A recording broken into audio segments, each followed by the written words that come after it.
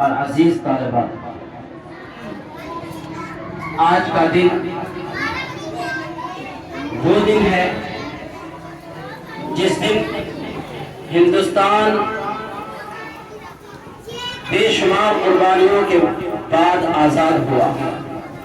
ہمارے اکابرین نے جانوں کا نذرانہ پیش کیا اور اس کے لیے تن من دھن کی بازی لگا دی، جان مال اور جہاں تک ممکن ہو سکا ہر طرح کی قربانیاں پیش کی، جس کے نتیجے میں ہمارا ملک ہندوستان ایک طویل عرصے کی غلامی کے بعد آج ہی کی تاریخ میں یعنی 15 اگست کو ہی آزاد ہوا۔ عزیز طالبات، آپ لوگوں نے اسی عنوان سے اپنا پروگرام پیش کیا ہے اور ہم سب آج کی تاریخ میں یوم آزادی منا رہے ہیں، اس کا جشن منا رہے ہیں، بڑی خوشی اور مسرت کا اظہار کر رہے ہیں۔ یقیناً یہ ہم سبوں کے لیے باعث فرحت و مسرت موقع ہے کہ اس موقع پر ہمارے پروجوں نے بے شمار قربانیوں کے بعد آزادی کا تحفہ لے لیا اور ہندوستان کو ایک طویل عرصے کی غلامی کے بعد آزاد کرایا۔ عزیز طالبات، اس موقع پر ہمیں چاہیے کہ ہم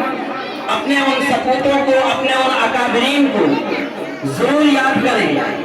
بھارت کے ان سپوتوں کو ضرور یاد کریں جنہوں نے اپنی جانوں کا نذرانہ پیش کیا، جنہوں نے ہندوستان کو آزاد کرانے میں تن من دھن کی بازی لگا دی، جیسے شیر میسور ٹیپو سلطان رحمت اللہ علیہ، جن کی پیدائش 20 مئی